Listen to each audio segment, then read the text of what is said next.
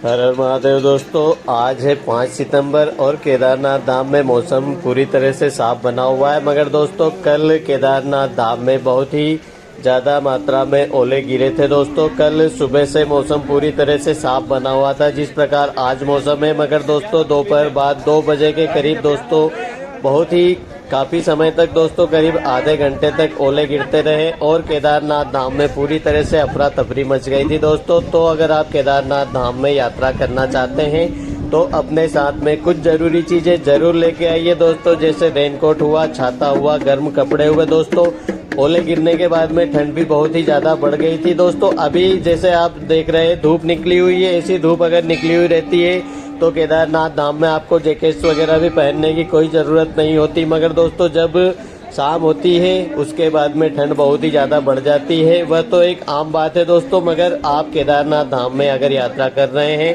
तो आपको बहुत ही ज़्यादा सावधान रहने की ज़रूरत है दोस्तों, क्योंकि अगर ओले गिरते हैं तो उससे बचने के लिए दोस्तों आपको रेनकोट किसी काम का नहीं होता, आपको छाता अपने साथ में रख के लाना चाहिए। और उससे भी अगर बड़े ओले गिरते हैं दोस्तों तो केदारनाथ धाम में फिर भी आपको डरने की ज़रूरत नहीं है। गौरीकुंड से लेकर केदारनाथ धाम तक रास्ते में हर 1 किलोमीटर पर टीन सेट लगाए गए हैं, आप वहां पर रुक सकते हैं और जब तक बारिश बंद ना हो आप आगे ना बढ़े। उसके अलावा दोस्तों, गौरीकुंड से लेकर केदारनाथ धाम तक रास्ते में कई होटल्स, कई रेस्टोरेंट वगैरह है, तो आप वहां पर भी रुक सकते हैं। कोई भी होटल वाला आपसे ये नहीं कहेगा। ये विशेषता है इस केदार घाटी की कि आप किसी भी होटल पे जाके बैठ जाते हैं तो आपको वहां से हटाया नहीं जाएगा। आप बेडर होके वहां पे निश्चिंत होके वहां पे आराम करिए कुछ समय के लिए। जब ओले गिरना, बारिश बंद हो जाए उसके बाद में आप आगे बढ़िए।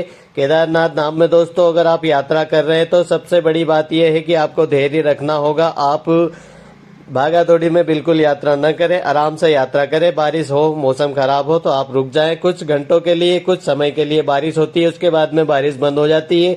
तो अगर आधे घंटे तक भी बारिश होती रहे तो आप वहीं पे बैठे रहिए, जब बारिश बंद हो तब आप आगे बढ़िए। दोस्तों, केदारनाथ धाम में अगर आप यात्रा कर रहे हैं तो बड़े ही आराम से अपने घर से कुछ समय ज़्यादा लेकर आइए, क्योंकि आप पहाड़ों में यात्रा कर रहे हैं।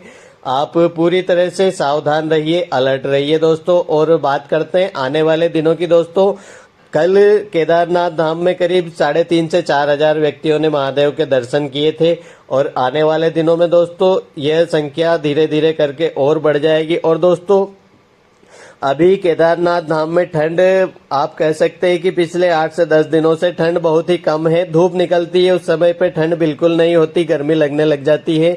और अगर आप जैकेट्स पहनते हैं तो गर्मी लगती है, वैसे गर्मी नहीं लगती। और आने वाले दिनों में दोस्तों करीब 15 नवंबर के बाद में केदारनाथ धाम में हो सकता है कि स्नोफॉल स्टार्ट हो जाए, क्योंकि इस साल का जो वेदर है उसके हिसाब से दोस्तों आने वाले समय में ठंड बहुत ही ज़्यादा बढ़ने वाली है। तो आप अपने साथ में गर्म कपड़े जरूर लेके आइए।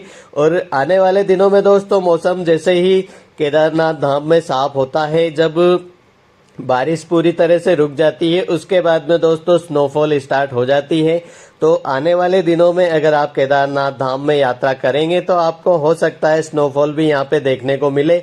और केदारनाथ मंदिर के जो पीछे वाली पहाड़ी है वहाँ पे तो स्नो हमेशा ही जमी हुई रहती है।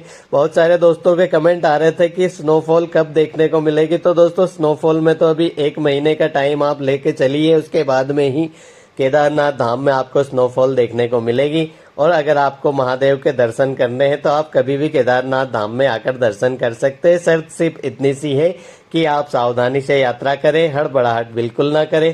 केदारनाथ धाम यात्रा के दौरान आपको किसी भी चीज़ की अगर कोई परेशानी होती है तो उसके लिए आप हमें कमेंट करके कोई भी जानकारी चाहिए तो हमसे पूछ सकते हैं। मिलते हैं दोस्तों कल एक नई वीडियो के साथ।